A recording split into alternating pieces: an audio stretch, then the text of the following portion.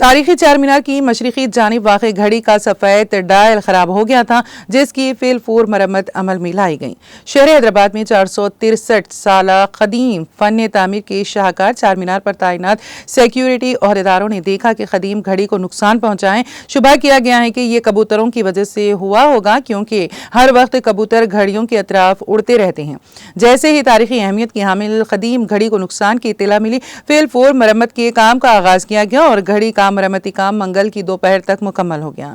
محبوب چوک پر واقع واحد واچ کے غلام محمد ربانی نے اپنے ساتھی مدھوسودن چاری کے ہمراہ زائد از 130 برس قدیم گھڑی کی عارضی طور پر مرمت کی۔ ربانی نے بتایا ہے کہ گھڑی کے ڈائل کے نقصان کے بارے میں ہمیں اطلاع دی گئی، ہم نے آج مرمتی کام انجام دیا۔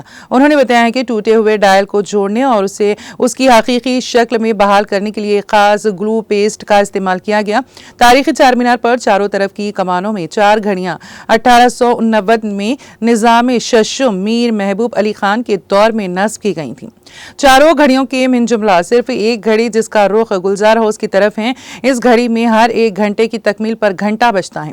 گھڑیوں کو ہر 48 گھنٹوں کے دوران چابی دینے کی ضرورت ہوتی ہے۔ ربانی نے بتایا ہے کہ ہم پابندی کے ساتھ گھڑیوں کو چابی دیتے ہیں۔ مذکورہ بالا گھڑیوں کی دیکھ بھال پہلے واحد واچ کمپنی کے سکندر خان کیا کرتے تھے، جن کا حال ہی میں انتقال ہو گیا۔